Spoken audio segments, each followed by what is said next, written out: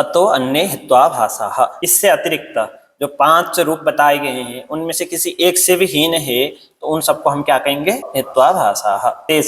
वो जो सपक्ष सत्व, विपक्षाद व्यावृत्ति, अबाधित विषयत्व, असत प्रतिपक्षत्व, इन 5 में से 1 से 2 से 3 से 4 से 5 से ही हीन हो, 5 से हीन हो तो भी हेत्वाभास, 4 है 1 नहीं है, 1 से हीन है तो भी हेत्वाभास। ठीक है, हेतु में व्याप्ति है, पक्ष धर्मता नहीं है, तब भी वो हेत्वाभास हो जाएगा। पक्ष धर्मता है, व्याप्ति नहीं है, तब भी हेत्वाभास हो जाएगा। वो हेत्वाभास शास्त्रों में परिगणित है असिद्ध विरुद्धानैकांतिक प्रकरण सम कालात्यापदिष्ट भेदात पंचैव। 5 प्रकार के हेत्वाभास न्याय सूत्र में बताए गए हैं। हेत्वाभास प्रत्येक का निरूपण करते हैं, उनमें से असिद्ध क्या है, विरुद्ध क्या है, अनैकांतिक क्या है, प्रकरण सम क्या है, कालात्यापदिष्ट क्या है, एक एक करके बताएंगे। तत्र लिंगत्वेन अनिश्चितो हेतु असिद्ध। लिंगत्वेन अर्थात हेतुत्वेन। देखिए सद हेतु है, व्याप्ति भी है, पक्ष धर्मता भी है, तो लिंगत्वेन वो निश्चित होता है। हेतुत्वेन, हेतु लिंगत्व धर्म उसमें रहता है, उसको लिंग कहा जाएगा। व्याप्ति बले ने लीनम अर्थम गमयति लिंगम। लिंगत्वेन अनिश्चित है अर्थात उसमें सामान्यतया पक्ष धर्मता नहीं है, तो उसको हम क्या कहेंगे? असिद्ध कहेंगे। असिद्ध 3 प्रकार के होते हैं। तत्र असिद्धस्त्रिविधः, आश्रयासिद्ध, स्वरूपासिद्ध, व्याप्यत्वासिद्ध चेति। ये तर्क संग्रह में भी यही है। वहां पर बस सबसे पहले अनैकांतिक का निरूपण किया है और यहाँ पर असिद्ध का निरूपण किया है। तो असिद्ध 3 प्रकार के होते हैं, तर्क संग्रह में बताया गया है। आश्रयासिद्ध, स्वरूपासिद्ध, व्याप्यत्वासिद्धस्येति। आश्रयासिद्धो यथा गगनारविंदम सुरभि अरविंदत्वात् सरोजारविंदवत्। यहाँ पर एक चीज ध्यान में रखना है, जितने भी आश्रयासिद्ध, स्वरूपासिद्ध, व्याप्यत्वासिद्ध, असिद्ध, विरुद्ध, अनैकांत, ये सब हेतु को समझना है। जैसे मान लीजिए उदाहरण के लिए गगनारविंदम सुरभि अरविंदत्वात्, यहाँ पर हेतु क्या है? और आश्रयासिद्ध भी कौन है? अरविंद। जितने भी ये जो हेत्वाभास है वो हेतु के ही धर्म है, हेतु को ही कहना है हेत्वाभास करके, पक्ष साध्य को हेत्वाभास नहीं कहना। आश्रय सिद्ध किसे कहते हैं? यहाँ यद्यपि लक्षण नहीं दिया है, उदाहरण से हमको समझना है। जिस हेतु का पक्ष अप्रसिद्ध हो, जिस हेतु का पक्ष अप्रसिद्ध हो, ऐसे हेतु को हम क्या कहेंगे? आश्रया सिद्ध।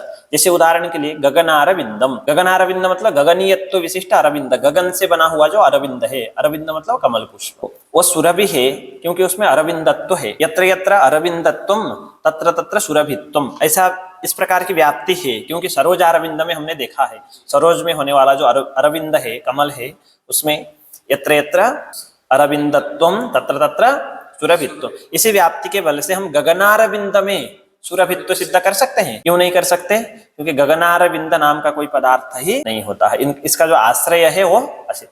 अब देखिए प्रसिद्ध अप्रसिद्ध है गगनारविंद, और आश्रय सिद्ध बोलना है किसको? हेतु को। ये ध्यान में रखना है। जिस हेतु का आश्रय अप्रसिद्ध है, ऐसे हेतु को हम कहेंगे आश्रया सिद्ध। दूसरा उदाहरण है ससश्रृंगम तीक्ष्णम, ससश्रृंगम श्रृंगत्वात्, यत्र यत्र श्रृंगत्वम तत्र तत्र तीक्ष्णत्वम, ऐसा है कि नहीं? है, गोश्रृंग आदि में है। इस व्याप्ति के द्वारा ससश्रृंग में हम तीक्ष्णत्व सिद्ध कर सकते हैं? नहीं कर सकते। ठीक है ना? ये तो सामान्यतया जिसका पक्ष अप्रसिद्ध है ऐसा बोलते हैं, लेकिन इसको भी समझना है। पक्षतावच्छेदक विशिष्ट पक्ष का अप्रसिद्ध, क्या बोलेंगे सर? पक्षतावच्छेदक विशिष्ट पक्ष अप्रसिद्ध। ठीक है, कहने का मतलब अरविंद तो प्रसिद्ध है, गगनारविंद में गगनीयत्व विशिष्ट अरविंद अप्रसिद्ध है। अथवा कांचनमय पर्वतो वन्यमान, कांचनमय वन्यमान धूमात, पर्वत तो प्रसिद्ध है लेकिन उस पर्वत में कांचनमयत्व अप्रसिद्ध है। पर कांचनमय पर्वत कहेंगे तो पक्षतावच्छेदक होता है कांचनमयत्व।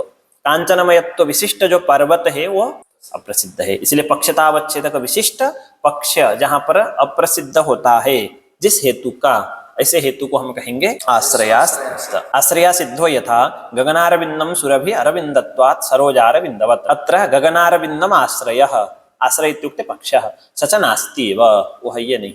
स्वरूपा सिद्धो यथा शब्दो अनित्यः चाक्षुषत्वात् घटवत्। ये स्वरूपा सिद्ध का उदाहरण है। शब्द अनित्यः चाक्षुषत्वात् घटवत्। स्वरूपा सिद्ध को समझना हो लक्षण से तो इतना ही समझना है, जो हेतु पक्ष में न रहे। आश्रय सिद्ध में तो पक्ष ही अप्रसिद्ध है, लेकिन यहाँ पर पक्ष प्रसिद्ध तो है लेकिन उस पक्ष में हेतु नहीं रहेगा, हेतु में पक्ष धर्मता नहीं है। देखिए सबसे ज्यादा जो हेत्वाभास होता है ना शास्त्रों में, व्यभिचार और असिद्ध, इन दोनों को ही विशेष रूप से देखा जाता है, सबसे ज्यादा प्रयोग में आते हैं। व्यभिचार क्या है उसको आगे बताएंगे। अनैकांतिक 3 प्रकार के होते हैं, साधारण, असाधारण, अनुपसंहारी। यहाँ पर अनुपसंहारी का भेद नहीं बताया है, साधारण और असाधारण बताया है, उसको आगे बताएंगे।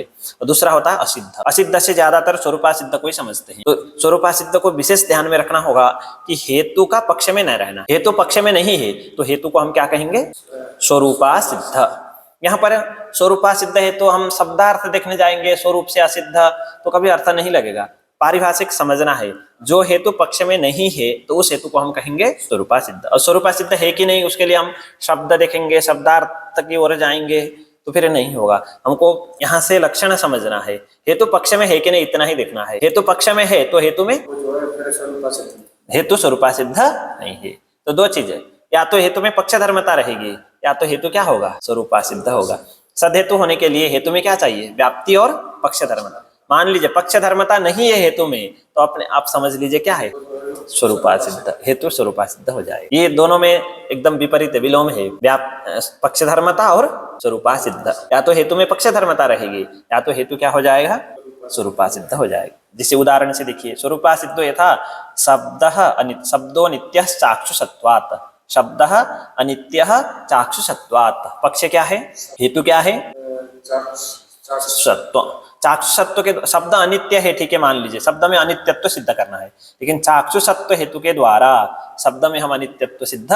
पर्वतो वन्यमान धूमात कह रहे हैं, अगर धूम हेतु ही पर्वत में नहीं रहेगा वो वन्य को सिद्ध करेगा? हेतु का पक्ष में रहना जरूरी है ना। चाक्षुषत्व, जिसका चाक्षुष चक्षुरिंद्रिय से जिसका प्रत्यक्ष होता है उस वस्तु को चाक्षुष कहते हैं। घटः चाक्षुषः। चाक्षुष मतलब चक्षुरिंद्रिय जन्य प्रत्यक्ष विषय। चक्षुरिंद्रिय से जिसका प्रत्यक्ष होता है उसको कहते हैं चाक्षुष। जैसे घट चाक्षुष है, शब्द चाक्षुष है कि नहीं? शब्द में चाक्षुषत्व ही नहीं है, जो हेतु शब्द में नहीं है उस हेतु के द्वारा शब्द में अनित्यत्व सिद्ध किया जा सकता है। ठीक है, शब्दो अनित्य चाक्षुषत्वात् घटवत् अत्र चाक्षुषत्वम हेतु सच शब्दे नास्ति एव। वह हेतु शब्द में पक्ष में नहीं है। तस्य श्रावणत्वात्, क्योंकि शब्द में क्या है? श्रवण इंद्रिय से जिसका प्रत्यक्ष होता है उसमें श्रावणत्व रहता है, तो श्रावण। इसीलिए चाक्षुषत्व हेतु क्या होगा? स्वरूप। क्यों? क्योंकि पक्ष में नहीं रहता। बस। व्याप्यत्वा सिद्धस्तु द्विविधः, ये नया चीज है, ये तर्क संग्रह में नहीं है। तर्क संग्रह में व्याप्यत्वा सिद्ध का एक ही भेद बताया है, सोपाधिको हेतु व्याप्यत्वा सिद्ध। यहाँ पर व्याप्यत्वा सिद्धस्तु द्विविधः, दो प्रकार के व्याप्यत्वा सिद्ध। एको व्याप्तिग्राहक प्रमाणाभाव मात्रात्। व्याप्तिग्राहक प्रमाण नहीं है तो हेतु को हम क्या कहेंगे? व्याप्यत्वा सिद्ध एक। और दूसरा अपरस्तु उपाधि सद्भावात्। यदि उपाधि विद्यमान है तो तब भी उसको क्या कहेंगे?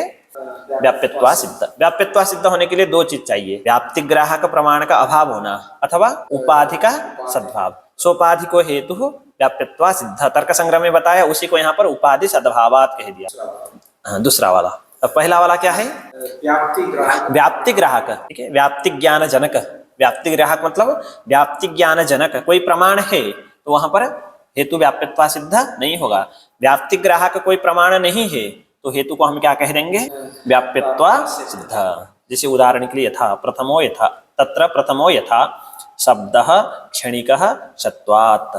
शब्दः क्षणिकः सत्वात्। शब्द में क्या सिद्ध करना है? किस हेतु के द्वारा? सत्व। सत्वम नाम भावत्वम, जो भी विद्यमान है सत्य। शब्द सत्य क्या? सत्य है, सत्य है, सत्य है। शब्द क्या है? सत्य है। असत्व सशस्त्रिंगादि है, जो विद्यमान नहीं है। ठीक है ना? यस्य अस्तिता वर्तते तत् वस्तु भवति सत्य, तत्र सत्ता भवति। सत्ता, सत्तायाः ऐसा भी बोल सकते हैं, सत्वात् भी बोल सकते हैं। शब्द क्षणिकः सत्वात्। शब्द में क्या सिद्ध करना है? क्षणिकत्व। किस हेतु के द्वारा? सत्व हेतु के द्वारा। सिर्फ पंचमी को छोड़ देना है ना हेतु में से। सत्व। सत्वम नाम विद्यमानत्वम। विद्यमानत्वम। यत्र यत्र सत्वम तत्र तत्र क्षणिकत्वम, ऐसी व्याप्ति है कि नहीं? सत्वम तत्र तत्र क्षणिकत्वम, इसमें सत्ता है कि नहीं? देखिए इसमें सत्ता है कि नहीं? इसमें क्षणिकत्व है कि नहीं? एक क्षणिक है, एक क्षण में नष्ट। क्षणिक मतलब क्षण भर में नष्ट हो गया इसका? नहीं, क्षण भर में नष्ट हो जाएगा ऐसा नहीं। क्षण भर मतलब क्षण भर में नष्ट होना मतलब तो थोड़ी सी देर में नष्ट हो। ये तो इतने देर तक, अभी तो इतने लंबे समय तक रह रहा है, कितने साल से आपके पास है, कितने साल तक रहेगा? क्षणिक कैसे हुआ? ठीक है, शब्द को कह सकते हैं, जो शब्द हमने उच्चारण किया, एक क्षण रहा, दो क्षण रहा, मान लीजिए, उसकी परिभाषा करेंगे तो क्षणिक हो सकता है। एक क्षणिक है, इसलिए क्षणिक है। तब क्षणिक की परिभाषा क्या है? तब देखिए क्षणिक की परिभाषा, क्षण अत्यंत सूक्ष्म होता है, हमारे जो सेकंड है, सेकंड से जो मिनी सेकंड है उससे भी अत्यंत सूक्ष्म होता है यहाँ पर जो क्षण है, क्योंकि प्रथम क्षण में जब घट उत्पन्न होता है तो एक क्षण के लिए निर्गुण होता है और निष्क्रिय होता है, जो हम उसका आकलन ही नहीं कर सकते। तो आप चिंतन कर सकते हैं कितना सूक्ष्म होगा, ये तो कितने समय तक रह रहा है, इसलिए क्षणिक नहीं कहेंगे इसको। क्षणिक, क्षणिक मतलब एक क्षण तक रहे, 2 क्षण तक रहे, 3, अपने अपने परिभाषा के अनुसार, न्याय शास्त्र के अनुसार, वैशेषिक शास्त्र के अनुसार क्षणिक शब्द क्षणिक उसी को कहते हैं जो सिर्फ 2 क्षण तक रहता हो, तृतीय क्षण में नष्ट होता हो। तृतीय क्षण वृत्ति ध्वंस प्रतियोगित्व क्षणिकत्व, जो वस्तु 2 क्षण तक ही रहता हो, तृतीय क्षण में जिसका नाश होता है, उन सबको क्या कहते हैं? क्षणिक। जिसे न्याय शास्त्र के अनुसार शब्द क्षणिक है। ज्ञान आत्मा के जो विशेष गुण है, जो योग्य है, और आत्मा के जो विशेष गुण है वो भी क्या है? क्षणिक है। धर्माधर्म आत्मा के विशेष गुण तो है लेकिन क्षणिक नहीं है, वो दीर्घ काल तक रहते हैं। सुख दुख ज्ञान ये सब क्या है? इच्छा द्वेष प्रयत्न ये सब क्या है? क्षणिक है। आत्मा के विशेष गुण और आकाश का विशेष गुण ये सब क्या होते हैं? लेकिन योग्य होना चाहिए, अयोग्य हो तो फिर क्षणिक नहीं होते हैं। गुरुत्व अदृष्ट भावना है, गुरुत्व तो आत्मा का भी विशेष गुण नहीं है, आकाश का भी नहीं है, इसलिए उसकी चर्चा नहीं। क्षणिक कौन होते हैं? योग्य विभू के विशेष गुण, उसमें शब्द आता है और ज्ञान इच्छा आदि आते हैं, ठीक है ना। ये सब क्या होते हैं? क्षणिक होते हैं। क्षणिक मतलब 2 क्षण तक रहना, तृतीय क्षण में नष्ट होना। किसके अनुसार? न्याय और वैशेषिक के अनुसार। और बौद्ध के अनुसार सकल पदार्थ क्षणिक है। बौद्ध दर्शन के अनुसार सकल पदार्थ, उनके यहाँ क्षणिक की परिभाषा क्या है? प्रथम क्षण में उत्पन्न होना, द्वितीय क्षण में सकल पदार्थ 1 क्षण तक ही रहते, द्वितीय क्षण में नष्ट हो जाते। उनकी विज्ञान की धारा चलती रहती है, पेन प्रत्येक क्षण में परिवर्तन होता रहता है। पूर्व पूर्व जो सबको क्षणिक विज्ञान कहते हैं। ज्ञान स्वरूप है ये सब, जितने भी विषय है ज्ञान के ही आकार स्वरूप है। प्रथम क्षण में उत्पन्न होते, द्वितीय क्षण में नष्ट होते हैं, ठीक है ना। वो विज्ञान की धारा चलती रहती है, परिवर्तन होते रहते हैं। जैसे नहीं आपने जैसे बताया तो कितने लंबे समय तक है इसलिए क्षणिक है, मतलब ऐसा नहीं, वो परिभाषा अलग है, उनकी परिभाषा अलग है। क्षणिक की परिभाषा बतानी पड़ेगी। इनके अनुसार वस्तु 1 क्षण प्रथम क्षण में उत्पन्न होता है, द्वितीय क्षण में, इसलिए क्षणिक कहते हैं। सकल पदार्थ क्षणिक है। किसके अनुसार? और उनकी क्षणिक की परिभाषा क्या है? क्षणिक मतलब कितने क्षण तक रहेगा? 1 क्षण रहे, द्वितीय क्षण में नष्ट। और न्याय वैशेषिक के अनुसार क्षणिक की परिभाषा क्या है? नहीं, क्षणिक की परिभाषा क्या है? कौन होते हैं पूछेंगे तो पदार्थ बताना है। तृतीय क्षण में नष्ट होगा। तृतीय क्षण वृत्ति ध्वंस प्रतियोगित्व क्षणिकत्व, ये न्याय और वैशेषिक की परिभाषा है। और द्वितीय क्षण वृत्ति ध्वंस प्रतियोगित्व ये बौद्ध की परिभाषा है। बौद्ध के अनुसार क्षणिक की परिभाषा है, ठीक है सर। अभी हम न्याय वैशेषिक के अनुसार देखते हैं, अपने न्याय दर्शन के अनुसार ये पदार्थ क्षणिक है कि नहीं है। क्षणिक तो शब्द है, ज्ञान इच्छा आदि है, ठीक है ना। अभी शब्द देखे हमने उच्चारण किया, पता चलता है कितनी जल्दी नष्ट हो जाता है, इसलिए उसको क्षणिक कहते हैं। अनुभव से सिद्ध होता है। ज्ञान हमेशा, ज्ञान की धारा नहीं चलती रहती है। घट का ज्ञान हो गया और नष्ट हो जाता है 2 क्षण में, 2 क्षण तक ही रहता है, तृतीय क्षण में नष्ट हो जाता है, ठीक है सर। लेकिन यहाँ पर थोड़ा सा हमको समझना है, शब्द क्षणिक सत्वात्। अनुमान बोलिए सर एक बार। पक्ष क्या है? उसमें क्या सिद्ध करना है? किस हेतु के द्वारा? सत्व, सत्तत्व नहीं, सत्व हेतु के द्वारा। तो यहाँ पर क्षणिकत्व जो सिद्ध करना है शब्द में, ये हेत्वाभास है सर, गलत हेतु है। न्यायिक के अनुसार शब्द क्षणिक है कि नहीं है, तो उसमें क्षणिकत्व क्यों सिद्ध करना? वो तो सिद्ध ही है। तो कहेंगे न्याय के अनुसार क्षणिकत्व हम सिद्ध नहीं कर रहे हैं, इसके अनुसार क्षणिकत्व सिद्ध कर रहे हैं बौद्ध के अनुसार। बौद्ध में जो शब्द में क्षणिकत्व है, मतलब प्रथम क्षण में उत्पन्न होना, द्वितीय क्षण में, ऐसा क्षणिकत्व हमें इष्ट नहीं है। अब ये एतादृश क्षणिकत्व शब्द में सिद्ध करेंगे तो सकल पदार्थ में सिद्ध करने का प्रयास करेंगे, क्योंकि उनके यहाँ तो सकल पदार्थ क्षणिक है ना। यत् सत् तत् क्षणिकम, ऐसी व्याप्ति है उनके यहाँ। क्या व्याप्ति है? जो भी सत पदार्थ है वो सबके सब क्षणिक होते हैं। तो शब्द भी सत है कि नहीं, तो उसमें भी क्या सिद्ध हो जाएगा? क्षणिकत्व, ठीक है। यत् सत् तत् क्षणिकम। यथा जलधर पटलम, जलधर पटल मतलब समूह, जो बिजली कटकती है ना सर, उसको भी जलधर पटल कहते हैं। वो भी क्या होता है? प्रथम क्षण में उत्पन्न होता है, द्वितीय क्षण में उसके, वो भी सत है कि नहीं? जलधर पटल जो है वो सत है क्या असत है? किसी के भी अनुसार सत्य क्या असत है। सत शब्द का अर्थ जो विद्यमान होता है उसको सत कहते हैं, जो कभी नहीं है उसको असत कहते हैं। सशृंग असत है, जलधर पटल सत्य क्या असत है? ना होकर के दिखता है या होकर के दिखता है आपको? तो सत्य क्या असत है? सत असत की परिभाषा अभी भी आपको नहीं हुआ है। सत माने जो विद्यमान है, सब भ्रमित नहीं। तो यत् सत् तत् क्षणिकम, जलधर पटल सत्य क्या असत है? तो उसमें भी क्या है? क्षणिकत्व है। उसको दृष्टांत बना करके, दृष्टांत में व्याप्तिग्रह हो गया, महानस में व्याप्तिग्रह हो गया, यत्र यत्र धूमः तत्र तत्र बह्निः। उसी प्रकार जलधर पटल में व्याप्तिग्रह हो गया, यत् सत् तत् क्षणिकम। अब शब्द में आइए, शब्द सत्य क्या सत्य है? निश्चित है कि संदिग्ध है? सत्य शब्द में शब्द निश्चित है, तो निश्चित जो सत्व हेतु है उसके द्वारा संदिग्ध जो क्षणिकत्व है उसका भी हम सिद्ध कर देंगे अनुमान के द्वारा। तो कहेंगे ऐसा सिद्ध नहीं कर सकते। क्यों सिद्ध नहीं कर सकते? क्योंकि यहाँ पर व्याप्ति ग्राहक कोई प्रमाण नहीं है। जैसे यत्र यत्र धूमः तत्र तत्र वह्नि यथा महानसम, पर्वत में भी जाइए, धूम और वह्नि दोनों को देखिए, यत्र यत्र धूमः तत्र तत्र वह्नि, पर्वत में भी ऐसा ही दिख रहा है। दो तीन महानस में देखिए, गोष्ठ में देखिए, है ना, जहां जहां धूम और वह्नि रहते हैं उन सब में देखिए, बहुत सारे दृष्टांत मिलेंगे कि नहीं मिलेंगे ना।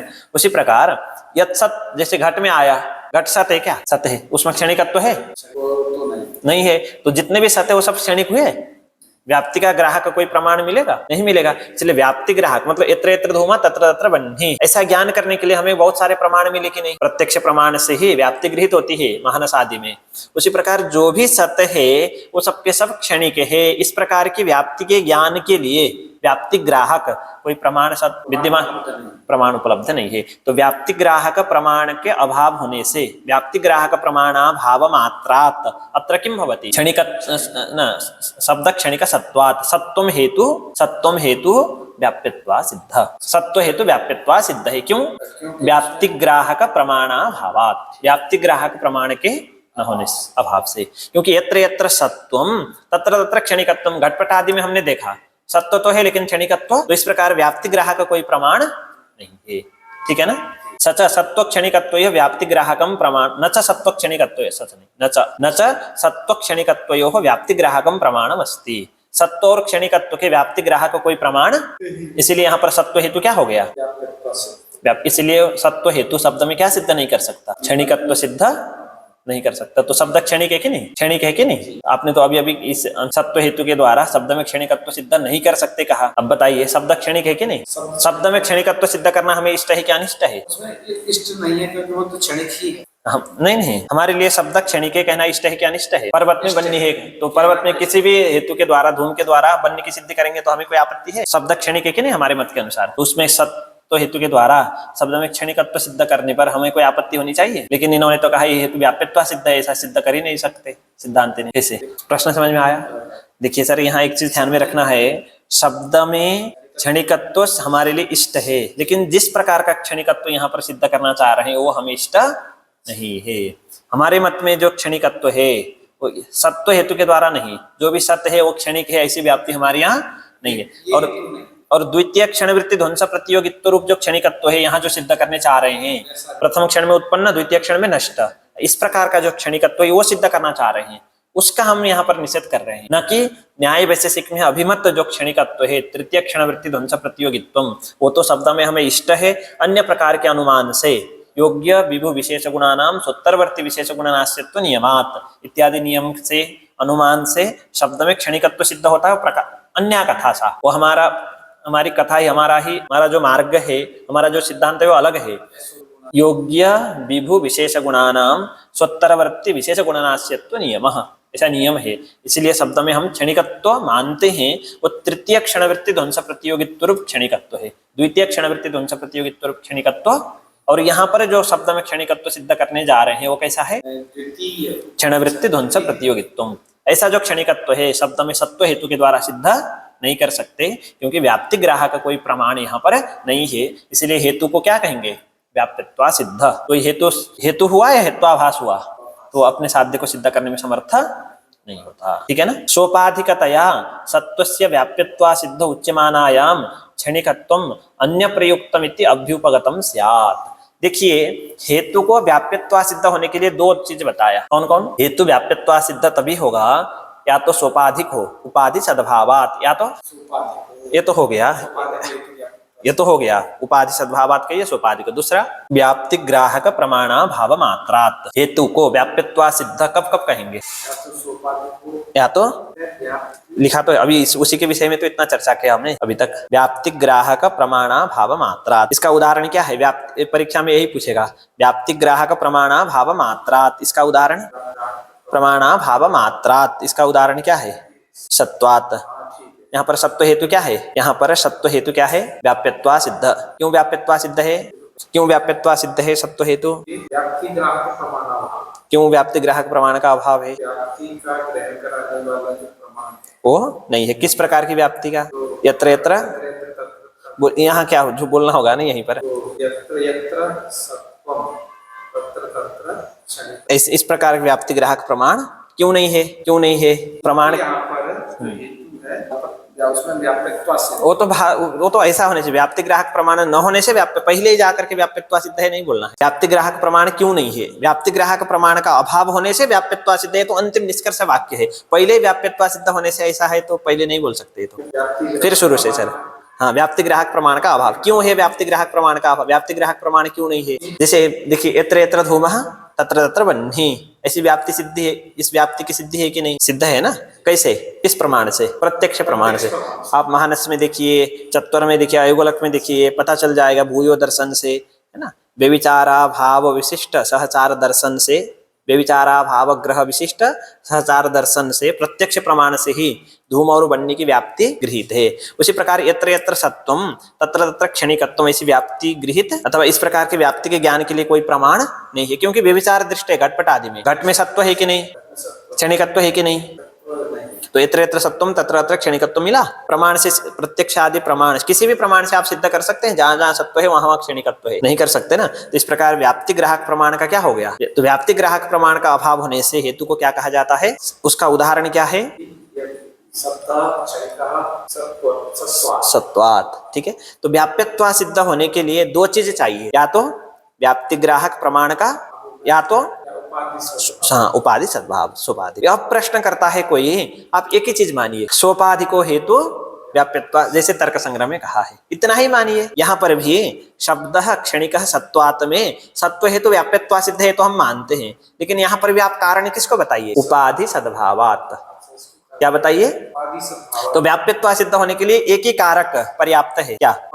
इतना ही कहिए। व्याप्ति ग्राहक प्रमाणा भाव मात्रात, यह जो प्रथम कारण है उसको बताने की जरूरत नहीं है। प्रश्न समझ में आया? क्या प्रश्न हुआ? शब्द में क्षणिकत्व सिद्ध करने के लिए केवल इनमें से केवल एक ही मानी है ना, तो इसको प्रथम को मानने की क्या क्या बस, क्योंकि सोपाधि को हेतु व्याप्यत्व सिद्ध अन्यत्र भी प्रसिद्ध है। ठीक है, तो सर्वत्र सोपाधिकतया सर्वत्र हेतु में क्या मान लीजिए? व्याप्यत्व सिद्ध मान लीजिए। ये व्याप्ति ग्राहक प्रमाण आप दो दो हेतु मानने की क्या आवश्यकता है व्याप्यत्व सिद्ध कहने के लिए? उसके लिए कहते हैं सोपाधिकतया सत्वस्य व्याप्यत्व सिद्ध उच्यमानायाम क्षणिकत्वम अन्य प्रयुक्तम इति अभ्युपगतम स्यात्। देखिए, पर्वतो धूमवान वह्नि है, यहाँ पर उपाधि क्या है? आर्देन्दन संयोग। ठीक है, पर्वतो धूमवान वह्नि, जो धूम है ना वह्नि प्रयुक्त नहीं है। वह्नि से धूम की उत्पत्ति होती है ऐसा नियम नहीं है, क्योंकि वह्नि से ही धूम की उत्पत्ति होती, इतना ही कहते हैं। तो आयुगोलक में भी धूम की उत्पत्ति होनी, ये जो धूम है अन्य प्रयुक्त है, अन्य किसी के द्वारा उत्पन्न होता है। किसके द्वारा? आर्देन्दन संयोग के द्वारा। इसलिए धूम अन्य प्रयुक्त, धूम जो है अन्य किसी से उत्पन्न होता है ऐसा कहेंगे तभी जाकर के वहां पर उपाधि मिलेगी। उसी प्रकार सह श्यामः मैत्री तनयत्वात्, सह श्यामः मैत्री, श्यामत्व का प्रयोजक मैत्री तनयत्व नहीं है। श्यामत्व अन्य प्रयुक्त है। किससे प्रयुक्त है? अन्न परिणति भेद। उसी प्रकार यहाँ पर भी आपका साध्य क्या है? शब्द क्षणिक सत्वात्, क्षणिकत्व। जो क्षणिकत्व है अन्य प्रयुक्त है, अन्य किसी से उत्पन्न होता है, ऐसा कुछ ढूंढना पड़ेगा जो मिलेगा ही नहीं आपको। सीधे सीधे कहने का मतलब ये है, यहाँ पर कोई ऐसी उपाधि नहीं है जो साध्य का व्यापक हो और साधन का अव्यापक, उसी को अन्य प्रयुक्त, वही वस्तुतः साध्य का प्रयोजक होता है। जो प्रयोजक होता है उसी को उपाधि कहते हैं। यहाँ पर सोपाधिकतया सत्वस्य व्याप्यत्व सिद्ध उच्यमानायाम, सत्व हेतु तो व्याप्यत्व सिद्ध है किसके चलते? उपाधि के। यदि ऐसा कहना होगा, यदि ऐसा कहना होगा तो जो क्षणिकत्व है वो अन्य प्रयुक्त है ऐसा आपको स्वीकार करना पड़ेगा। अन्य प्रयुक्त फिर क्या है? अन्य जैसे धूम हेतु आर्देन्दन संयोग से प्रयुक्त है, धूम साध्य। ठीक है, श्यामत्व जो है वो शाकादि अन्न परिणति प्रयुक्त है। उसी प्रकार कर्तव्यंतरवर्तिनी हिंसा अधर्म जनिका, जो अधर्म साधनत्व है वो निषिद्धत्व से प्रयुक्त है, हिंसात्व से प्रयुक्त। उसी प्रकार यहाँ जो क्षणिकत्व साध्य है वो भी अन्य प्रयुक्त, अन्य किसी से प्रयुक्त ऐसा कहना पड़ेगा, जो कि हमारे पास ऐसा अन्य कोई वस्तु उपाधि उपलब्ध नहीं है। इसलिए हमको सत्व हेतु को उपाधि कहना है। किसके द्वारा? नहीं, उपाधि कहने के लिए दो ही चीज है, या तो व्याप्ति ग्राहक प्रमाणाभावात या तो उपाधि सद्भावात। फिर उपाधि सद्भावात वो ऐसा नहीं कह सकते हैं, ऐसा उपाधि सद्भावात कहेंगे तो क्षणिकत्व तो अन्य किसी से प्रयुक्त है, ऐसा आपको कहना पड़ेगा। क्या कहना पड़ेगा? तो और किसी से किस, ऐसा यहाँ पर कोई किससे प्रयुक्त है, ऐसा कोई उपलब्ध? जैसे उदाहरण के लिए पर्वतो धूममान बनने में जो धूम साध्य है वो किससे प्रयुक्त है? उसी प्रकार यहाँ पर जो क्षणिकत्व साध्य है अन्य किसी से प्रयुक्त है, ऐसा कोई भी प्राप्त, ऐसा स्वीकार करना पड़ेगा। कब? यदि आप यहाँ पर भी सत्व हेतु को सोपाधिकतया व्याप्यत्वा सिद्ध है ऐसा कहना चाहते हैं। समझ में आया सर? प्रश्न उत्तर दोनों बताइए।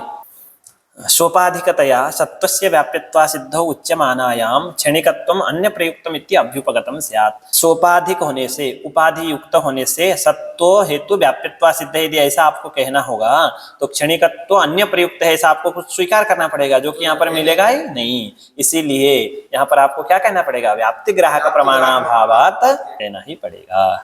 लिंग परामर्श अनुमानम कहा। लिंग परामर्श मतलब हेतु का ज्ञान विशेष। लिंगम नाम हेतु, तस्य हेतोः यह ज्ञान विशेषः वर्तते सैव ज्ञान विशेषः लिंग परामर्श। हेतोः तृतीयम ज्ञानम इत्यपि ऐसा भी कहा गया। उसके बाद हेतु के प्रकार बताए गए। 3 प्रकार के हेतु होते हैं, अन्वय व्यतिरेकी, केवलान्वय और केवल। हेतु को सदहेतु होने के लिए, साध्य सिद्ध करने के लिए, समर्थ होने के लिए 5 रूप से उपपन्न होने चाहिए। हेतु के 5 धर्म, 5 रूप, पक्षसत्वम, सपक्षसत्वम, विपक्षाद व्यावृत्ति, अबाधित विषयत्वम, असत प्रतिपक्षत्वम, ये 5 रूप बताए गए हैं। इनमें से जो अन्वय व्यतिरेकी हेतु होता है उनमें 5 में से 5 रूप रहेंगे, तभी वह सदहेतु होगा।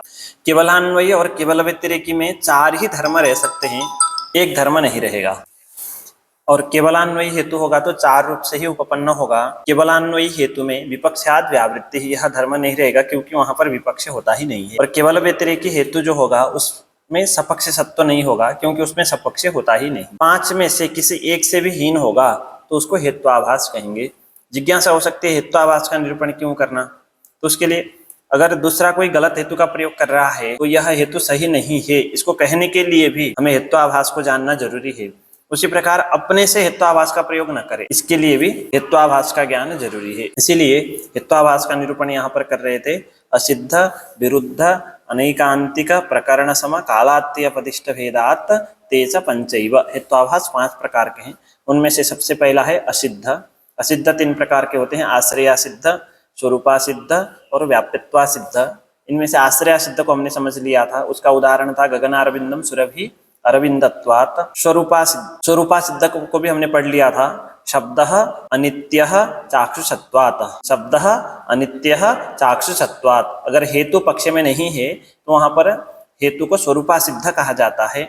उसके बाद व्याप्यत्वा सिद्ध हम पढ़ रहे थे। व्याप्यत्वा सिद्ध 2 प्रकार के होते हैं, व्याप्ति ग्राहक प्रमाणाभाव मात्रात्, उपाधि सद्भावात्। व्याप्ति ग्राहक प्रमाण के अभाव से व्याप्यत्वा सिद्ध का उदाहरण हमने पढ़ लिया था, यत् सत् तत् क्षणिकम। इस व्याप्ति के द्वारा शब्द में अनित्यत्व सिद्ध करना नहीं, शब्द में क्षणिकत्व सिद्ध करना चाह रहे थे। शब्द क्षणिकः सत्वात्। यहाँ पर जो सत्व हेतु है वो व्याप्यत्वा सिद्ध है क्योंकि यहाँ पर व्याप्ति ग्राहक कोई भी प्रमाण नहीं है। उपाधि सद्भावात् व्याप्यत्वा सिद्ध नहीं कह सकते क्योंकि यहाँ पर कोई उपाधि उपलब्ध नहीं है। आगे द्वितीयो यथा कृत्वंतरवर्तिनी हिंसा अधर्म साधनम हिंसात्वात्। द्वितीय मतलब सोपाधिक वसात, उपाधि सद्भावात्। उपाधि सद्भाव होने से व्याप्यत्वा सिद्ध का उदाहरण क्या है, तो उसके लिए बताया गया है कृत्वंतरवर्तिनी हिंसा अधर्म साधनम हिंसात्वात्। पक्ष है कृत्वंतरवर्तिनी हिंसा, उसमें अधर्म साधनत्व अर्थात अधर्म जनकत्व सिद्ध करना है हिंसात्व हेतु के द्वारा। यहाँ पर एक चीज समझना है, जो वैदिक दर्शन है उनमें सांख्य और योग को छोड़ करके अन्य जितने भी दर्शन है, जो कर्तव्यंतरवर्तिनी हिंसा है, यज्ञ में होने वाली जो हिंसा है, यागांतर्गत जो हिंसा है, उससे अधर्म की उत्पत्ति नहीं होती है, उससे अधर्म नहीं होता है क्योंकि वो विहित है, वेद विहित है, ऐसा मानते हैं। और इसमें जैसे जैन है, बौद्ध है, पूर्व पक्षी है, सांख्य भी पूर्व पक्षी है कि उससे भी अधर्म की उत्पत्ति होती है। हाँ, सांख्य और योग। हाँ, कृत्वंतरवर्तिनी हिंसा अधर्म साधनम हिंसात्वात्। लेकिन न्याय वैशेषिक मीमांसा वेदांत दर्शन के अनुसार यज्ञ में होने वाली जो हिंसा है उससे अधर्म की उत्पत्ति नहीं होती क्योंकि वह विहित है। तो अब ये पूर्व पक्षी कहते हैं यहाँ पर कृत्वंतरवर्तिनी जो हिंसा है उससे भी अधर्म की उत्पत्ति होती है, वो जो हिंसा है अधर्म का साधन है क्योंकि हिंसात्वात्। यत्र यत्र हिंसात्वम तत्र तत्र अधर्म साधनत्वम। क्रतु बाह्य हिंसावत, यज्ञ से बाह्य जितने भी हिंसा है, वहाँ हिंस्यात् सर्वा भूतानि ऐसा कहा गया है। तो क्रतु बाह्य हिंसा में हिंसात्व है कि नहीं है, अधर्म साधनत्व है कि नहीं है। तो यत्र यत्र हिंसात्वम तत्र तत्र अधर्म साधनत्व व्याप्तिग्रह हो गया, तो हम क्रत्वंतरवर्तिनी हिंसा में भी क्या सिद्ध कर देंगे, अधर्म साधनत्व। इसलिए यज्ञ के अंतर्गत भी हिंसा नहीं करनी चाहिए, इस तात्पर्य से। तो इसका उत्तर सिद्धांति बताते हैं, अत्र ही अधर्म साधनत्व हिंसात्व न प्रयोजकम किंतु निषिद्धत्वम एव।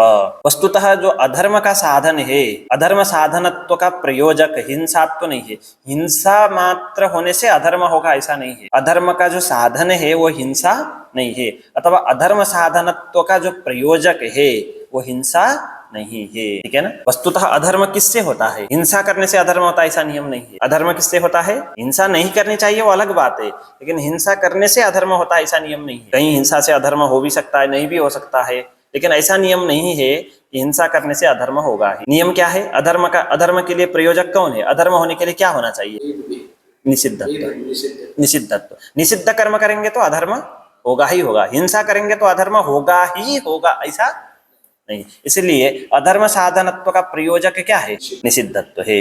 अधर्म साधनत्व ही हिंसात्व न प्रयोजकम, हिंसात्व प्रयोजक नहीं है, किंतु निषिद्धत्व एवं प्रयोजकम उपाधिरिति यावत्। जो प्रयोजक होता है उसी को उपाधि कहते हैं।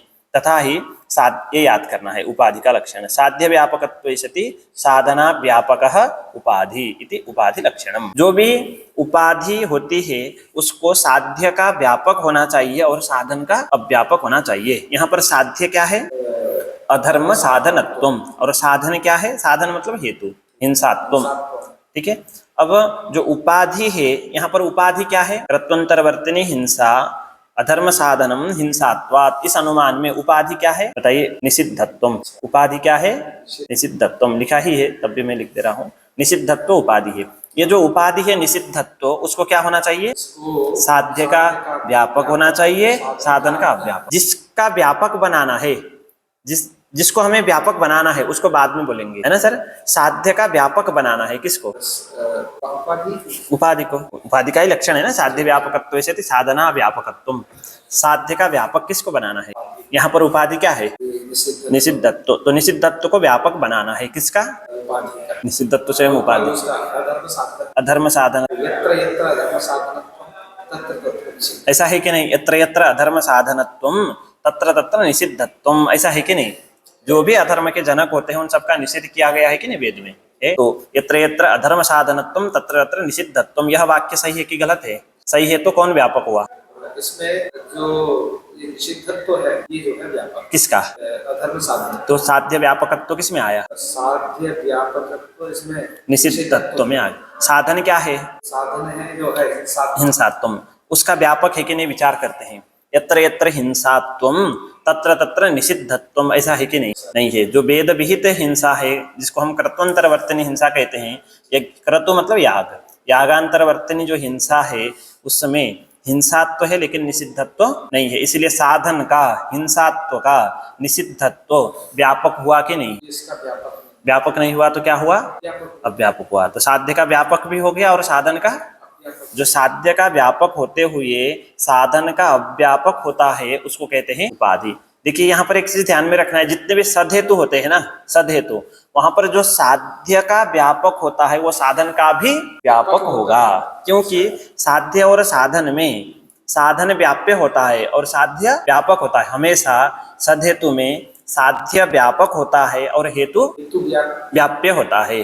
हेतु व्याप्य है और साध्य व्यापक है, तो व्यापक का जो व्यापक होगा, साध्य का जो व्यापक होगा वो हेतु का भी क्या होगा, व्यापक ही होगा। कहाँ पर, सदहेतु में, सदहेतु। अगर कहीं ऐसा हो गया साध्य का को तो व्यापक हो गया, साधन का व्यापक कुछ एक पदार्थ नहीं हुआ, तो जो पदार्थ नहीं होगा साध्य का व्यापक और साधन का व्यापक नहीं होगा, साधन का क्या होगा, अव्यापक होगा। तो ऐसे पदार्थों को हम कहेंगे उपाधि। अच्छा, वो स्थल में जैसे जहाँ पर धूम और बन्नी वाले पर्वतो बन्नीमान धूमात्, बन्नी के जो भी व्यापक है वो धूम के भी क्या होंगे, धूम और बन्नी में कौन व्यापक है, यहाँ पर जो है धूम का बन्नी व्यापक है, तो बन्नी के जो भी व्यापक होंगे वो धूम के भी व्यापक होंगे। बन्नी के जो व्यापक माने वो, जैसे जहां पर बन्नी है, बन्नी का व्यापक, बंद करके बता। तो हम ये बता रहे थे कि जितने भी सदहेतु होते हैं वहां पर जो साध्य का व्यापक होता है वो साधन का भी व्यापक होता ही है। तो साध्य का व्यापक और साधन का अव्यापक ऐसा कोई पदार्थ मिलता है तो उसको कहते हैं उपाधि, एक उपाधि। ठीक है। तच्चा अस्ति निषिद्धत्व, यहाँ पर प्रकृति में निषिद्धत्व में ये धर्म है, साध्य व्यापकत्व भी है, साधन अव्यापकत्व भी है। जैसे निषिद्धत्व में ही साध्यस्य अधर्म साधनत्वस्य व्यापकम, अधर्म साधनत्व का निषिद्धत्व व्यापक है कि नहीं, क्योंकि यत्र यत्र अधर्म साधनत्वम तत्र तत्र निषिद्धत्वम, यतो यत्र यत्र अधर्म साधनत्वम तत्र अत्र तत्र अवश्यम निषिद्धत्वम अपि, यतो अत्र, है ना, यत्र यत्र नहीं, यतो क्या है सर पाठ, इन्होंने तो ऐसा दिया है यतो यत्र यत्र, ठीक है, यत्र ही लिख देते हैं इसको भी, यतः यत्र यत्र यत्र साधनत्वम्, हाँ तत्र तत्र अवश्यम निषिद्धत्वम, हाँ ठीक है, ये सही तत्र बात, तत्र अवश्यम हाँ तत्र तत्र है तो यत्र यत्र ही होना चाहिए। ठीक। एवं साधनम हिंसात्वम न व्याप्नोति निषिद्धत्वम, ये जो हिंसात्व है वो निषिद्धत्व को व्याप्त नहीं करता है। नहीं यत्र यत्र हिंसात्वम तत्र तत्र अवश्यम निषिद्धत्वम, ऐसा है नहीं, क्यों, यज्ञ पशु हिंसायाः निषिद्धत्वाभावात् तदेवं निषिद्धत्वस्य उपाधे सद्भावात् अन्य प्रयुक्त व्याप्ति उपजीवी हिंसात्वं व्याप्यत्वा सिद्धमेव। ठीक है। अन्य प्रयुक्त व्याप्ति उपजीवी, उपजीवी मतलब प्रयोजक, है ना सर। अन्य जो अन्य से प्रयुक्त है कौन, अधर्म साधनत्व, जो अधर्म साधनत्व है वो हिंसात्व से प्रयुक्त नहीं है। अधर्म साधनत्व जो अन्य प्रयुक्त है, अन्य कौन हुआ, निषिद्धत्व, निषिद्धत्व अन्य प्रयुक्त और उससे प्रयोजक, ऐसे उपजीवी मतलब तत्प्रयोजक, उपजीवी मतलब तत्प्रयोजक, निषिद्धत्व का प्रयोजक, अन्य प्रयुक्त व्याप्ति उपजीवी हिंसात्वम, नहीं सर इसमें कुछ, तदेवं निषिद्धत्वस्य उपाधेः सद्भावात् अन्य प्रयुक्त व्याप्ति उपजीवी हिंसात्वम व्याप्यत्वा सिद्धमेव। तो निषिद्धत्व उपाधि का, यहाँ निषिद्धत्व रूप जो उपाधि है उसका सद्भाव होने से, उपाधि का सद्भाव होने से अन्य प्रयुक्त व्याप्ति उपजीवी हिंसात्वम, जीवी यहाँ पर रस्व होना चाहिए क्योंकि हिंसात्वम का विशेषण है। तो अन्य प्रयुक्त जो व्याप्ति है मतलब निषिद्धत्व प्रयुक्त व्याप्ति है अधर्म साधनत्व में, यत्र यत्र निषिद्धत्वम तत्र तत्र अधर्म साधनत्वम है। तो अन्य प्रयुक्त मतलब निषिद्धत्व प्रयुक्त जो व्याप्ति है उस व्याप्ति पे आश्रित जो हिंसात्व है, जैसे मान लीजिए पर्वतो धूमवान बन्हे है, पर्वतो धूमवान, यत्र यत्र वह्निः तत्र तत्र धूम, ऐसा नहीं है, अपितु यत्र यत्र आर्देन्दन संयोगः तत्र तत्र धूमः। तो अन्य प्रयुक्त मतलब आर्देन्दन संयोग प्रयुक्त जो व्याप्ति है उस व्याप्ति में आश्रित करने वाला जो वह्नि रूप जो हेतु है, वह जो हेतु है वो व्याप्यत्वा सिद्ध है। ठीक है सर। देखिए अन्य प्रयुक्त मतलब उपाधि प्रयुक्त, आर्देन्दन संयोग प्रयुक्त जो व्याप्ति है उस व्याप्ति को आश्रित करने वाला जो वह्नि हेतु है वो व्याप्यत्वा सिद्ध है। उसी प्रकार यहाँ पर निषिद्धत्व प्रयुक्त जो व्याप्ति है उस व्याप्ति को आश्रित करने वाला जो हिंसात्व है, क्योंकि हिंसात्व अधर्म का साधन तभी बने, हिंसात्व होने से अधर्म का साधन तभी होगा यदि निषिद्धत्व हो, है ना सर। हिंसा अधर्म का साधन हो सकता है, हिंसा भी अधर्म का साधन हो सकती है, लेकिन कब, निषिद्धत्व हो। निषिद्धत्व न हो तो हिंसा भी अधर्म का साधन नहीं है। इसलिए हिंसात्व को अधर्म का साधन होने के लिए बीच में क्या चाहिए, हाँ, तो वो ये अन्य निषिद्धत्व, अन्य प्रयुक्त जो व्याप्ति है उसको आश्रित करने से यह जो हिंसात्व है ये भी व्याप्यत्वा सिद्ध है, क्योंकि इसमें साध्य व्यापकत्व स्थिति साधना व्यापकत्व है। यहाँ पर वो हेतु नहीं चेंज किया जा सकता, ये तो सही नहीं। कैसे, साथ हेतु क्यों रखा, ये हेत्वाभास का उदाहरण है, सदहेतु का उदाहरण नहीं है। ठीक, इसलिए यह गलत है, ऐसा प्रयोग नहीं किया जा सकता। साध्य विपर्य व्याप्तो हेतु विरुद्ध, असिद्ध के बाद दूसरा हेत्वाभास था विरुद्ध, तो उसका लक्षण है साध्य विपर्य व्याप्तो हेतु। विपर्यय मतलब अभाव, विपर्यय शब्द का अर्थ होता है अभाव। साध्याभाव से जो व्याप्त है हेतु उसको कहते हैं विरुद्ध। साध्याभाव व्याप्तो हेतुर विरुद्ध, ऐसा तर्क संग्रह में भी बताया गया। यथा शब्दो नित्यः कृतकत्वात् आत्मवत्, अत्र कृतकत्वं हि साध्य नित्यत्व विपरीता अनित्येन नित्यत्वेन होना चाहिए, यहाँ पर अनित्यत्वेन व्याप्तम यत् कृतकं तद अनित्यमेव न नित्यम इत्यतो विरुद्धम कृतकत्वम इति। स्पष्ट है, वस्तुतः साध्य से हेतु व्याप्त होता है। क्या होता है, साध्य से हेतु व्याप्त होता है। साध्य की व्याप्ति हेतु में है तो साध्य से हेतु व्याप्त है। यत्र यत्र धूमः तत्र तत्र बन्ही, धूम में व्याप्ति है किसकी, बन्ही की, इसलिए बन्ही से धूम क्या हो गया, व्याप्त हो गया। साध्य से हेतु को व्याप्त होना चाहिए, उल्टा हो गया, साध्याभाव से व्याप्त हो गया, तो ऐसे हेतु को हम क्या कहेंगे, विरुद्ध। साध्य विपर्यय व्याप्त, विपर्यय मतलब साध्याभाव से जो व्याप्त है हेतु, ऐसे हेतु को कहते हैं विरुद्ध। स यथा शब्दो नित्यः कृतकत्वात्। आत्मवत् पक्ष क्या है सर? शब्द। और साध्य क्या है? हेतु क्या है? कृतकत्वम नाम कार्यत्वम। शब्द में नित्यत्व सिद्ध करने जा रहे हैं किस हेतु के द्वारा? यत्र यत्र कृतकत्वम तत्र तत्र नित्यत्वम। ऐसी व्याप्ति है कि नहीं? जो भी कार्य है वो सबके सब नित्य है कि नहीं? नहीं है ना, एकदम उल्टा। यत्र यत्र कृतकत्वम तत्र तत्र नित्यत्वाभावः, ऐसा है कि नहीं? अनित्यत्व। यत्र यत्र कृतकत्वम तत्र तत्र अनित्यत्वम, ऐसी व्याप्ति है। तो साध्य क्या है यहाँ पर? और साध्याभाव, साध्य विपर्यय क्या है? अनित्यत्वम। नित्यत्वाभावः भी बोल सकते हैं, अनित्यत्वम भी बोल सकते हैं। तो अनित्यत्व से व्याप्त हो गया, अनित्यत्व की व्याप्ति रह गई, रहनी थी किसकी? नित्यत्व की। इसीलिए इस हेतु को हम क्या कहेंगे? विरुद्ध हो गया। कृतकत्व हेतु विरुद्ध है। आत्मवत ये तो दृष्टांत बताया है। अत्र कृतकत्वम ही साध्य नित्यत्व विपरीत अनित्यत्वेन व्याप्तम। साध्य जो नित्यत्व है तद विपरीत जो अनित्यत्व है उससे व्याप्त है। यत् कृतकम तद अनित्यम एव।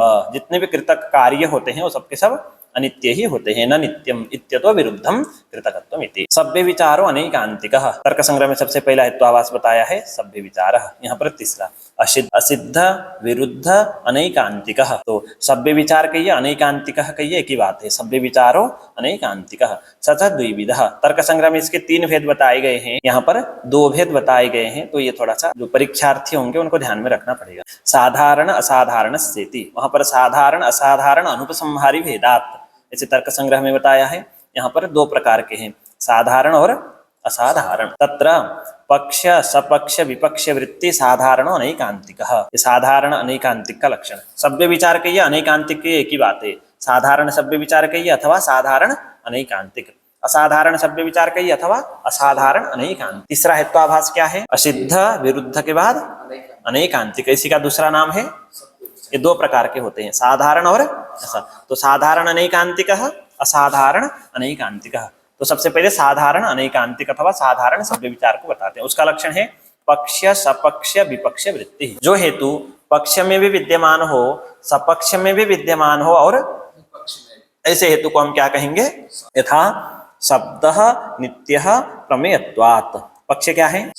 हेतु हेतु प्रमेयत्व। और साध्य है पक्ष क्या है यहाँ पर? सपक्ष। सपक्ष के लिए सबसे पहले क्या देखना है? शब्द का जहाँ दर्शन हो, ऐसा तो नहीं। सपक्ष का लक्षण क्या है? यहाँ पर नहीं, सपक्ष का लक्षण क्या है? निश्चित साध्यवान। हमेशा सपक्ष पूछेंगे तो सबसे पहले साध्य को देखना है और उसका निश्चय कहाँ पर हुआ है ये देखना है। दर्शन नहीं, शब्द का दर्शन कहाँ हुआ है, अदर्शन हुआ है नहीं। हाँ, नित्यत्व का निश्चय कहाँ पर हुआ है बताइए? कोई पदार्थ नित्य है ना, आकाश आदि में नित्य, परमाणु में आकाश में, तो सपक्ष कौन हो गए? सपक्ष हो गए आकाश। हाँ, हमेशा सपक्ष को जब देखना होगा तो साध्य का निश्चय कहाँ पर हुआ है ये देखेंगे। साध्य है नित्यत्व, उसका निश्चय हुआ है आकाश में, परमाणु में, तो वो सब सपक्ष है। और विपक्ष क्या है? यहाँ पर शब्दः नित्यः प्रमेयत्वात्। इस स्थल में विपक्ष क्या है? विपक्ष का लक्षण क्या है? जहाँ पर नहीं रहता है क्या? घटपट मठ क्या नहीं रहता है? जैसे विपक्ष का लक्षण क्या है? विपक्ष का लक्षण निश्चित साध्याभावान। निश्चित साध्याभावान। तो साध्याभाव का अर्थात नित्यत्वाभाव, अर्थात अनित्यत्व का निश्चय जहाँ पर हुआ है उसी को हम कहेंगे साध्याभाव, उसी को हम कहेंगे विपक्ष। विपक्ष किसे कहेंगे? यहाँ पर साध्याभाव का निश्चय हो। ठीक है, तो साध्याभाव यहाँ पर क्या है? नित्यत्वाभाव। सपक्ष विपक्ष पूछेंगे तो उनके लक्षण के अनुसार हमें देखना है। सपक्ष का लक्षण क्या है, विपक्ष का लक्षण क्या है। तो अनित्यत्व का निश्चय कहाँ पर हुआ है? घटपट आदि में। ठीक है ना। तो शब्दः नित्यः प्रमेयत्वात्। पक्ष क्या है? शब्दः नित्यः प्रमेयत्वात्। यहाँ पर पक्ष क्या है? शब्द। सपक्ष कौन है? सपक्ष हो जाएगा गगन। और विपक्ष है प्रमेयत्व कहाँ रहता है? शब्द में रहता है, आकाश में रहता है या घटपट आदि में रहता है? सर्वत्र रहता है। तो ये जो प्रमेयत्व है पक्ष में रहा, सपक्ष में रहा या विपक्ष में रहा? तो पक्ष सपक्ष विपक्ष वृत्ति ही साधारण अनैकांतिकः। ये साधारण अनैकांतिक हो गया। अत्र ही प्रमेयत्वम हेतु तच्च नित्या नित्य वृत्ति। नित्य में भी रहता है और अनित्य में भी रहता है। आपका सपक्ष कौन है? नित्य। विपक्ष कौन है? अनित्य। दोनों में रहता है प्रमेयत्व, नित्या नित्य वृत्ति। आकाश बताया ना आपने, सबके नित्य है ना। जितने भी नित्य होंगे वो सबके सब सपक्ष होंगे, जितने भी अनित्य होंगे वो सबके सब क्या होंगे? विपक्ष होंगे। तो सपक्षात विपक्षात व्यावृत्तः। अच्छा, ये तो यहाँ समाप्त हो गया। आगे दूसरा लक्षण बता रहे हैं। सपक्षात विपक्षात व्यावृत्तो यह पक्ष एव वर्तते सो असाधारणः। असाधारण अनैकान्तिकः। यथा भूः नित्या भूर्नित्या गंधवत्वात्। अब असाधारण का लक्षण बता रहे हैं। साधारण अनैकांतिक उसे कहते हैं जो पक्ष में भी हो, सपक्ष में भी हो और भी हो। सदहेतु में ऐसा नहीं होता है। सदहेतु पक्ष सपक्ष में तो रह सकता है, विपक्ष में कभी भी नहीं रहेगा। ये विपक्ष में भी रहेगा तभी साधारण अनैकांतिक। अब देखिए जो सदहेतु है वो पक्ष में रहते हुए सपक्ष में भी रहता है, लेकिन कोई ऐसा हेतु है सपक्ष में भी नहीं है, विपक्ष में भी नहीं है, सिर्फ पक्ष में ही है। ऐसे हेतु को हम क्या कहेंगे? असाधारण अनैकांतिक। यही कहा सपक्षात विपक्षात व्यावृत्तो यह पक्ष एव वर्तते, मतलब पक्षे एव वर्तते, जो पक्ष में ही रहता है, सो असाधारणः। यथा भूः नित्या गंधवत्वात्।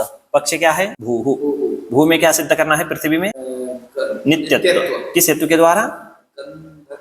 गंधत्व नहीं, गंधवत्व। ठीक है, यत्र यत्र गंधवत्वम तत्र तत्र नित्यत्व। ऐसे पृथ्वी में नित्यत्व सिद्ध करना है किस हेतु के द्वारा?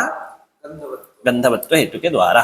पक्ष क्या है? पृथ्वी। सपक्ष क्या है? सपक्ष विपक्ष में अभी तो बता, गगन है ना। जितने भी नित्य है वो सबके सब सपक्ष। और विपक्ष क्या है? घटपटा। लेकिन यहाँ पर थोड़ा सा ध्यान में रखना है, जैसे मान लीजिए पृथ्वी है ना, नहीं जो मैं बता रहा हूँ, नहीं आपने एकदम सही बताया, जो मैं बता रहा हूँ अलग चीज बता रहा हूँ, इससे संबंधित नहीं। यहाँ एक चीज ध्यान में रखना है कि सपक्ष नित्य है और विपक्ष क्या है? अनित्य है। ये तो आपने बता दिया, लेकिन पृथ्वी भी तो नित्यानित्य है।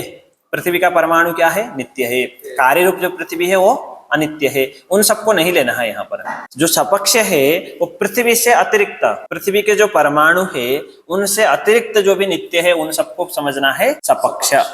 और पृथ्वी जो कार्य रूप पृथ्वी है वो भी अनित्य है, लेकिन उसको विपक्ष नहीं समझना है। उसको छोड़ करके जो जलादि अनित्य है उनको समझना है विपक्ष। क्योंकि भू मतलब जो पृथ्वी है ना वो पक्ष है, वहां पर साध्य का क्या होता है? संदेह होता है। इसलिए जहां साध्य का संदेह होता है वहां साध्याभाव का भी संदेह होता है। तो पक्ष तो सपक्ष तो उसे कहते हैं जहां पर साध्य का निश्चय हुआ हो, और विपक्ष उसे कहते हैं जहां साध्याभाव का निश्चय हुआ हो। पृथ्वी में चाहे नित्या पृथ्वी हो चाहे अनित्या पृथ्वी हो, अभी नित्यत्व का संदेह, नित्यत्व का निश्चय नहीं है, संदेह। तो नित्यत्व का निश्चय नहीं है तो नित्यत्वाभाव का भी निश्चय नहीं है। जहां घट का निश्चय नहीं है ना सर, जैसे मान लीजिए घट का निश्चय है तो घटाभाव नहीं है ऐसा निश्चय हो जाएगा, है ना सर। घट है कि नहीं ऐसा घट का संदेह है, मतलब वहां पर घट भी निश्चित नहीं है, घटाभाव भी निश्चित। घटाभाव निश्चित हो गया तो फिर घट का संदेह नहीं रहेगा। घट निश्चित हो गया तो भी घट का संदेह, घटवस्ति न ऐसा संदेह नहीं रहेगा। फिर एक बार मैं बोलता हूँ यहाँ पर, भूः नित्या गंधवत्वात्। पक्ष क्या है? पृथ्वी। सपक्ष कौन है? नित्य है ना, गगन आदि नित्य। बस पृथ्वी के परमाणु को छोड़ करके अन्य जितने भी नित्य पदार्थ है उन सबको हम क्या बोल सकते हैं? सपक्ष। पृथ्वी जो कार्य रूप है उनको छोड़ करके अन्य जितने भी अनित्य पदार्थ है उन सबको हम क्या बोल सकते हैं? विपक्ष बोलते हैं। ठीक है, पृथ्वी क्या है?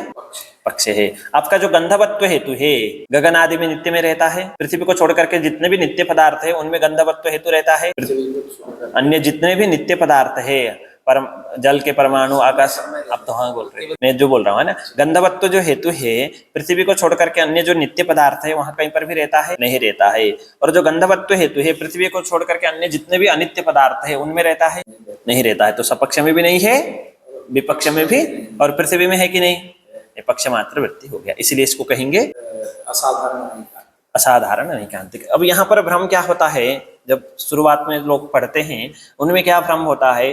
भू नित्या, पृथ्वी नित्य है, पृथ्वी में नित्यत्व सिद्ध करना है। सपक्ष किसे कहते हैं? जहाँ नित्यत्व का नित्यत्व का निश्चय पृथ्वी के परमाणु में है कि नहीं है, तो उसको सपक्ष समझ लेंगे। अगर ऐसा समझ लेंगे तो सपक्ष में भी तो गंधवत्व रहा पृथ्वी के परमाणु में, तो सपक्ष विपक्ष व्यावृत्त कैसे हुआ? ठीक है, विपक्ष घटपट आदि है क्योंकि नित्यत्व अभाव अनित्यत्व का निश्चय घटपट आदि में है। ठीक है, तो विपक्ष में भी तो घटपट आदि में भी तो गंधवत्व है, तो सपक्ष विपक्ष व्यावृत्त कैसे हुआ? ये संदेह होता है।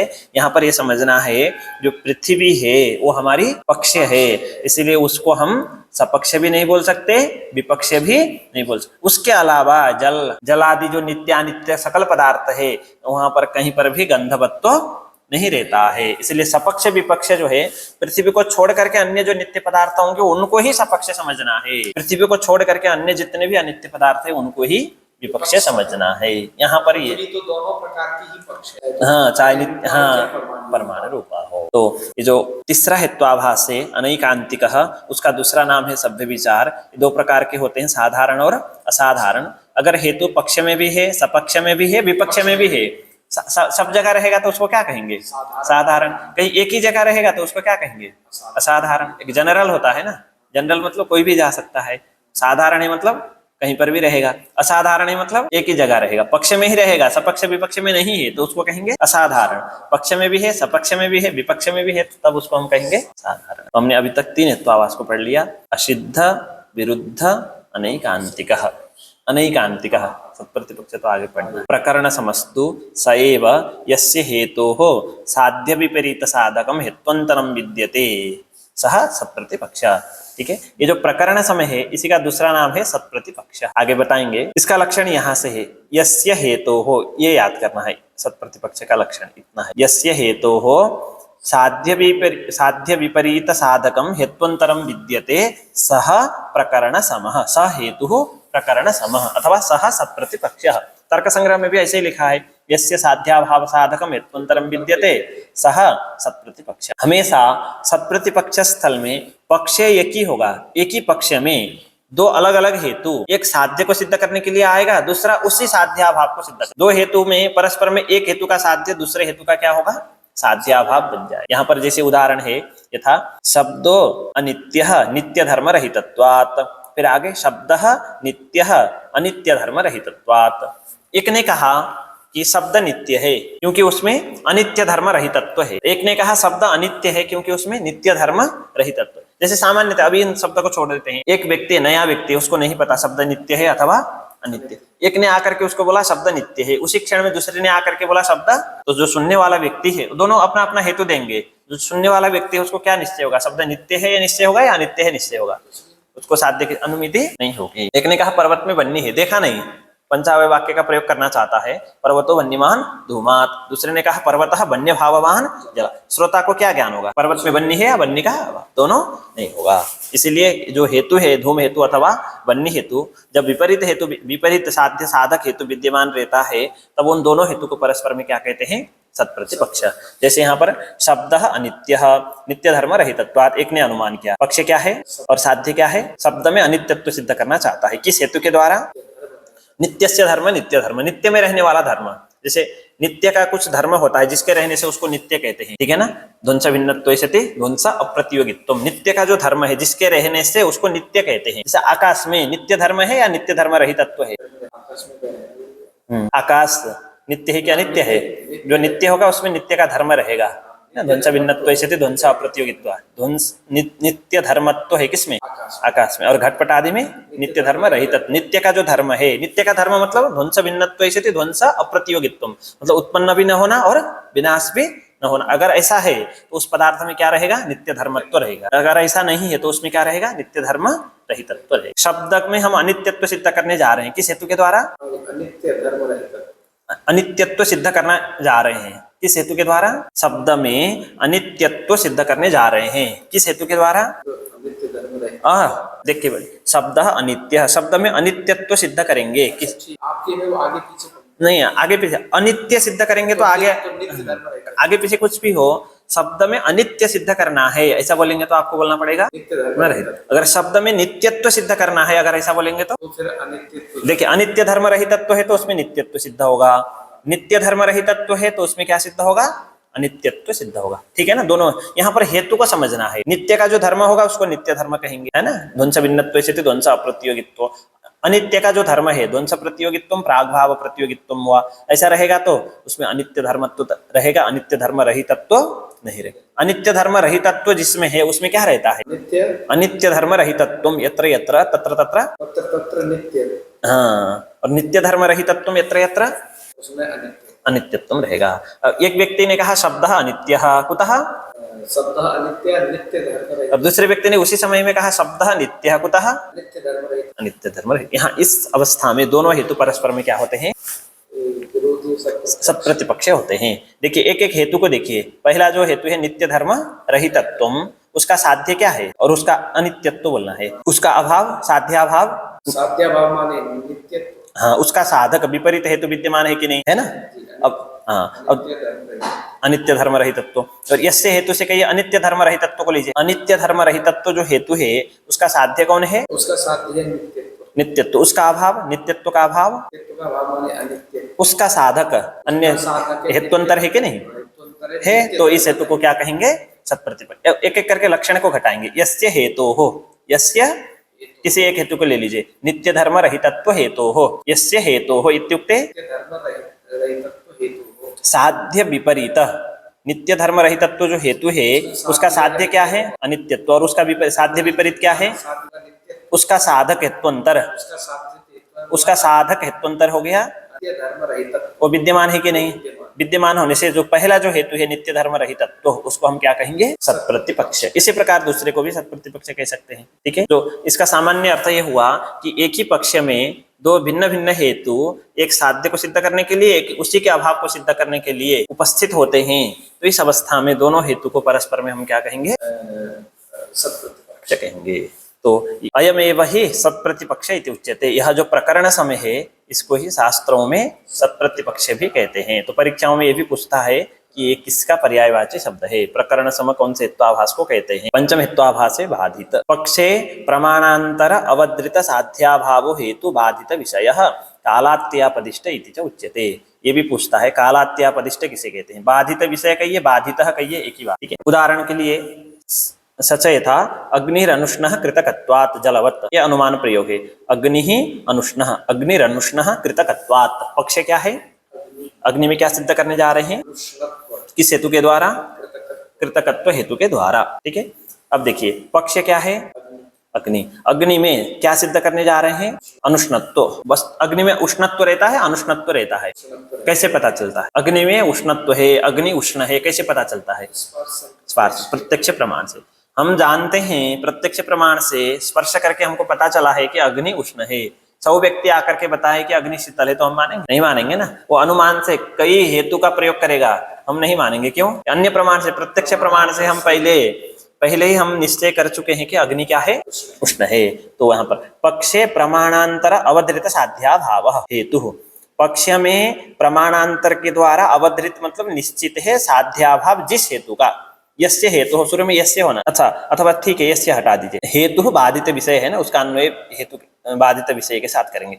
पक्ष में प्रमाणांतर के द्वारा अवधृत मतलब निश्चित है साध्याभाव जिस हेतु का, ऐसा जो हेतु होगा उस हेतु को हम क्या कहेंगे? बाधित विषय। ठीक है, यस्य हेतु हो पक्षे प्रमाणांतर अवधृत साध्याभाव स हेतु बाधित विषय। ठीक है ना सर? उसमें यस्य नहीं लिखा है शुरू। पक्षे प्रमाणांतरा अवधृत साध्याभावो हेतु बाधित। ठीक है, तो पक्ष यहाँ पर क्या है? अग्नि। अग्नि में प्रमाणांतर मतलब कौन से प्रमाण के? प्रत्यक्ष प्रमाण के द्वारा। अवधृत मतलब निश्चित है। साध्याभाव मतलब यहाँ पर साध्य क्या है? साध्याभाव अपने अनुष्णत्व, उष्णत्व। ठीक है, जो साध्याभाव जो उष्णत्व है प्रमाणांतर के द्वारा पक्ष में अवधृत है कि नहीं है? तो ऐसा जो हेतु है कृतकत्व, उस हेतु को हम क्या कहेंगे? बाधित विषय। इसी को कालात्यापदिष्ट इति च उच्यते। स यथा अग्निरनुष्ण कृतकत्वा जलवत्। अत्र ही कृतकत्वस्य हेतोः साध्यम अनुष्णत्वम्। कृतकत्व हेतु का साध्य क्या है? तदभाव उष्णत्वम, है ना? उष्णत्वम नहीं लिखा है। तदभाव प्रत्यक्षेण एव अवधारितः इत्युक्ते निश्चितः। स्पार्शन प्रत्यक्षेण एव उष्णत्व उपलब्धात्। क्योंकि स्पार्शन प्रत्यक्ष के द्वारा ही, त्वाच प्रत्यक्ष के द्वारा ही उष्णत्व की उपलब्धि होती है। इति व्याख्यातम अनुमानम। तो यहाँ पर एक चीज हमको समझना है, जैसे जितने भी हेत्वाभास है, असिद्ध, विरुद्ध, अनैकांतिक, प्रकरण समः, कालात्यापदिष्ट, सब हेतु को समझना है। जैसे उदाहरण के लिए शब्द अनित्य चाक्षुषत्वात् कहा। शब्द चाक्षुषत्वात्, यहाँ पर जो चाक्षुषत्व हेतु है ये स्वरूपा सिद्ध है, क्योंकि ये पक्ष में नहीं रहता। हेतु पक्ष में नहीं रहेगा तो हेतु को क्या कहेंगे? स्वरूपा सिद्ध। गगनारविंदम सुरभि अरविंदत्वात्, यहाँ पर हेतु को हम क्या कहेंगे? आश्रया सिद्ध। आश्रया सिद्ध कहने के लिए पक्ष अप्रसिद्ध होना चाहिए। अगर किसी हेतु का पक्ष अप्रसिद्ध है तो पक्ष को आश्रया सिद्ध नहीं कहना है, आश्रया सिद्ध हेतु को ही कहना है। बाधित विषय अथवा बाधित किसको कहेंगे? जिस हेतु का साध्याभाव प्रमाणांतर से पक्ष में निश्चित हो। और देखिए साध्याभाव साध्य पक्ष में नहीं रह रहा है, साध्याभाव निश्चित है, तो कहेंगे हेतु को क्या? हेतु को क्या कहेंगे? बाधित। इसीलिए पक्ष साध्य पक्ष में न रहे, पक्ष ही अप्रसिद्ध हो, कोई भी हो, लेकिन असिद्ध कहिए, विरुद्ध कहिए, अनैकांतिक कहिए, वो किसको कहना है? हेतु को कहना है, क्योंकि ये हेत्वाभास, हेतु के धर्म है।